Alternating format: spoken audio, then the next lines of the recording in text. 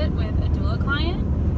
It's been a while for me. I haven't taken doula clients for quite some time because I was focusing on school and a career. It's a little bit more dependable than doula work, but I get asked a lot about doula work, so I wanted to talk to you a little bit about it. Usually when I get hired by a client, I will offer them 2 prenatal visits. The first visit I think is really important once you're hired, to kind of sit with your clients and kind of talk about generally what they're looking for in a doula and what they hope to experience on their birthday. This is also a great time for me to observe them together. It's important to me during the labor process and birth process to know a woman's tells, to know her body language and when she's uncomfortable, how she expresses that. Also, how she communicates with her partner, if she has a partner or whoever's going to be in the room. It's very important that both are present at the first prenatal visit, just so that I can kind of gather that information. Also, learning about what she is most afraid of is important, because again, me being present at the birth, at the labor, it's my job to make her feel safe and supported and secure in her environment.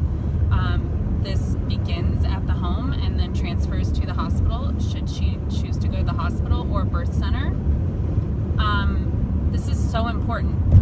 So continuity of care is what I call it. It's kind of, if a woman is most comfortable feeling supported outwardly with physical touch or just kind of emotional support, which kind of goes with everyone, but some women like me, when I had a doula, I didn't want to be touched. I just kind of wanted someone to tell me that it was going to be okay and everything I was feeling was normal, everything was going how it was supposed to go. And should that shift or change, somebody that I trust telling me what is going on in layman's terms so that my laboring brain can process what's happening. That's super important to me. So I want to be that person that offers that continuous care from home to hospital, birth center, or even if you're staying in your living room.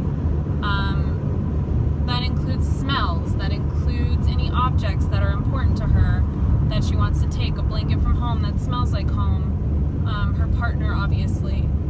So many different little tiny parts go together to make the experience what mom is hoping for and dad is hoping for, or both moms hope for, both dads hope for. Again, I think it's important to spend first prenatal visit not so much going over birth positions or what to expect in the labor room, but more so kind of going over what they're hoping to experience and kind of laying the groundwork for their birth plan, which I actually end up drafting, usually in most cases. Sometimes clients will already have one drafted and I'll just kind of edit and make it a little bit shorter and more concise, so it's easier for hospital staff, midwives to read, because they don't really have the time to read a 2-page birth plan. So if you have a 2-page birth plan, just consider trimming it down, leaving the niceties out of it, and just having it kind of straightforward. This is what we're hoping for. This is our plan B if this doesn't go the way that we want it to. These are the things we are like, okay with, kind of flexible on, and these are the things we are absolutely not okay with. It's so important to go in there with that, because when you're in the middle of transition and you're really dead set, hell-bent on not having medication to help with pain, it's very important to have your feet firmly in the ground and have that birth plan, again, because your doula is your advocate. She cannot speak for you to hospital staff. This is a very important rule to remember. Because of this, I tell my clients, this is why you have a birth plan. This is why if there's something that you're really firm on that you don't want, get it in the birth plan and relay that message, or I can relay that message to the staff and say, she would like you to revise and review her birth plan, and that will kind of tell you how she's feeling about this right now. Or if you have a code word or 2 code words is kind of what is recommended. So instead of just peanut, it's peanut butter. So if you're having a shit moment and you're like, damn it, like I really want an epidural, I really want Demerol or whatever other pain medication I want, you can say peanut, and it makes you feel good because you're like, I'm almost bending, but I'm not quite there, you know? If you want an epidural, there's no need for that, you know? If you want to go in and just get one and you know what you want, then that's fine. But also make sure that's in your birth plan. It's very important. So second prenatal visit is more focused on reviewing the birth plan, going into what to expect when I arrive at your home, going into what to expect transferring to the hospital, because in LA it can be kind of stressful. So we don't want to transfer when you're, you know, unable to completely talk during your contractions. We kind of want to hit it at that sweet spot right before then, so the drive isn't completely unbearable and you're not ready to push in the car and it's just very stressful. So we want to avoid them. So there's always like a sweet spot. That's why I like to meet at the home during labor, so I can kind of assess and evaluate what's going on and make the call from there.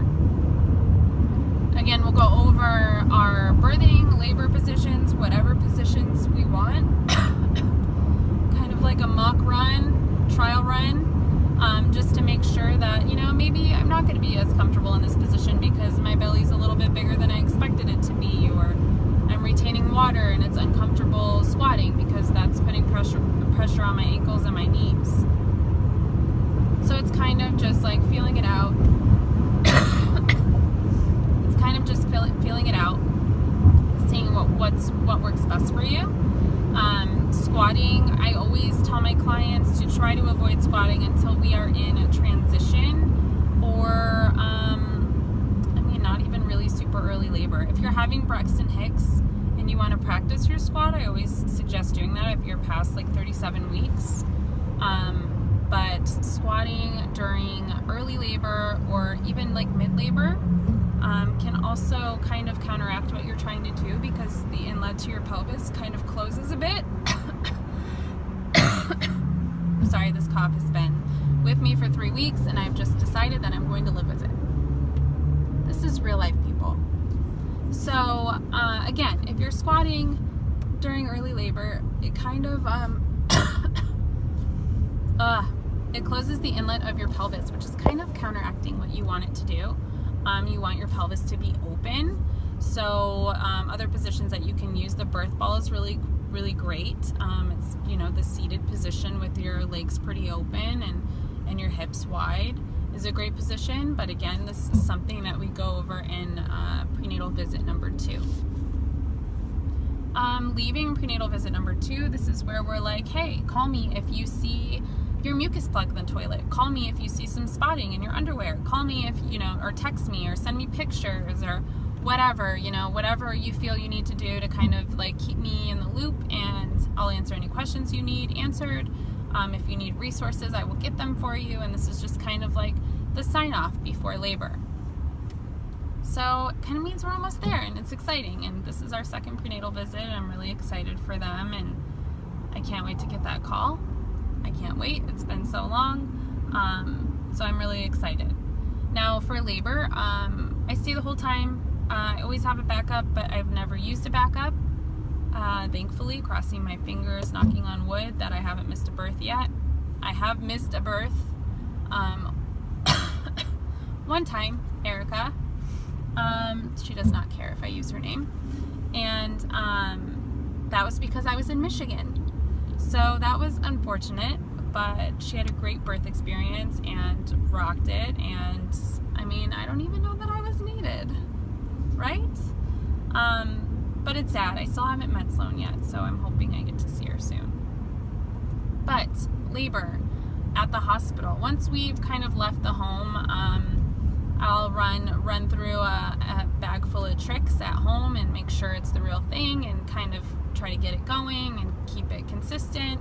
And then once we're consistent and you, the client, request to go to hospital, that's when we will head over and take it from there. So continuity of care means as soon as we get to the hospital, I run around doing my little tricks to make sure it feels like home and make sure it smells good and it's relaxing and the lights are dim. Once the nurses have finished checking you in, they need the lights usually.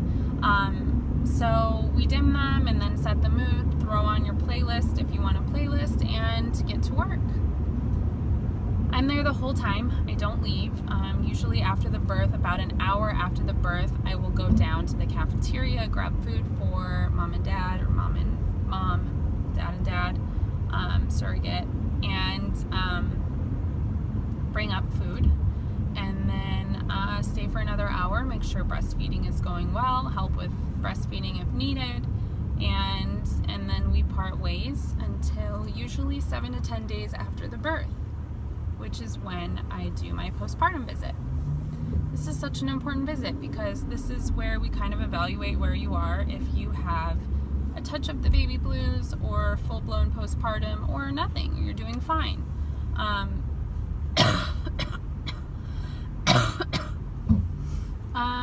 I'm pretty aware of the signs of postpartum. I'm always a huge advocate for talking to your doctor immediately if you're feeling any type of sadness, or you're feeling down, or you want to just kind of hide and not be social and not, I mean, it's normal to kind of want to be in your cave, but there's like a different level of that shows when your postpartum kind of kicks in. The first week or two, your hormones are absolutely insane, and you know, everyone kind of goes through it.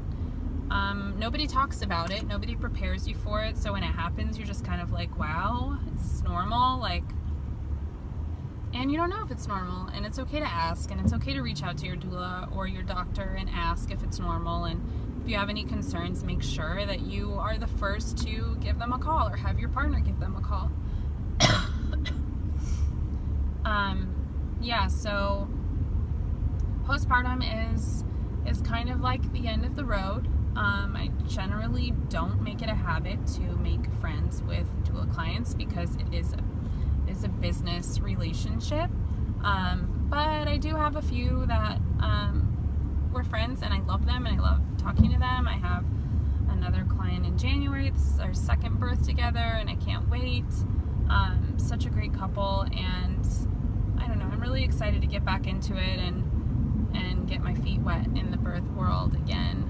It's been a minute, and it's something that really makes me happy, so I'm super excited about it. So many people have asked about training. Carriage House Birth has a training now. My number one suggestion is to get your training done through Carriage House. They are currently like implementing like a multi-city kind of training tour. So they'll go to cities that request them to come if there's enough demand, and they will do a training. So if you want a training done in your city, just reach out, maybe find a group of women that want to be trained, and see if they'll come out, and you can learn everything you need to learn from them, because they're seriously amazing, and I adore them, and they're everything. So if you get the opportunity to train with them, do it. I trained through Doula. It was a good training, more business focused, I would say, than like doula work focus. So I don't know that I would suggest it or recommend it for women that maybe haven't had children yet, or haven't really had any experience with birth, or around women in labor, that kind of thing. I feel like you kind of need a more like woman-centered, intuitive training to get you prepared for that. So again, Carriage House is where it's at. I would train with them again in a heartbeat. But yeah, and then find your community and do what you can to grow your business. Mine is strictly through Carriage House right now, word of mouth and Carriage House. Like, I have repeat clients, and then Carriage House will send some my way occasionally, and if I can take them, I take them. So yeah, so that's a little bit about doula work and what I kind of do with my clients, and I hope it helped. For anyone that had questions about doula work, if you have any more questions, you can leave them in the comments, and I will respond as soon as I can. Thank you so much, and I hope you have the best weekend. Bye.